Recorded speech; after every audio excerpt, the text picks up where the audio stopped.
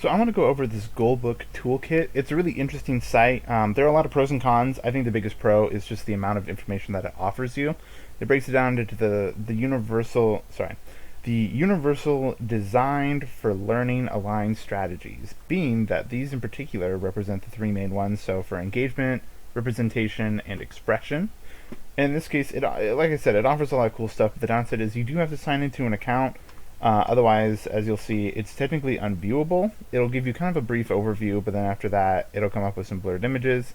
Now, it is free to create a small personal account, but if you want more access to stuff, you can get more personalized and bonus content.